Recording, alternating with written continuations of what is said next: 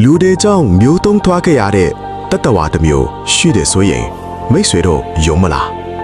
ဒီတတဝါကတော့ဒိုဒိုလို့ခေါ်တဲ့ငတ်မျိုးစိတ်ပဲဖြစ်ပါတယ်သူတို့ဟာအိန္ဒိယသမုဒ္ဒရာတွေကမော်ရစ်ရှက်ကျွန်းလေးပေါ်မှာပဲတီးတိုင်နေထိုင်ခဲ့ကြတာပါဒိုဒိုငတ်တွေဟာအမြင့်1 မီတာလောက်ရှိပြီးကိုယ်ထဲကတော့တော်တော်လေးထူးထဲတုံတင်ပါတယ်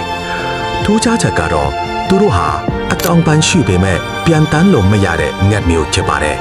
။ထောင်ချောင်းညာပြည်နယ်ဝန်ကျင်မှာလူတွေဟာအဲ့ဒီကျွန်းကိုစတင်ချေချလာကြပါတယ်။အစာရေစာရှားပါတဲ့ပင်လယ်ခရီးသည်တွေဟာဒိုဒိုငတ်တွေကိုအလွယ်တကူဖမ်းဆီးစားတောက်ခဲ့ကြသလိုလူတွေနဲ့အတူပါလာတဲ့ကြွတ်ဝက်နဲ့ခွဲတွေကလည်းဒိုဒိုငတ်တွေရဲ့ဥတွေကိုစားပစ်ခဲ့ကြပါတယ်။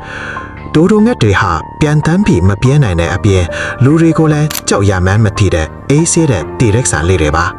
ဒါကြောင့်လဲသူတို့ဟာအလွန်အမြဲအမဲလိုက်ခံခဲ့ရတာဖြစ်ပါတယ်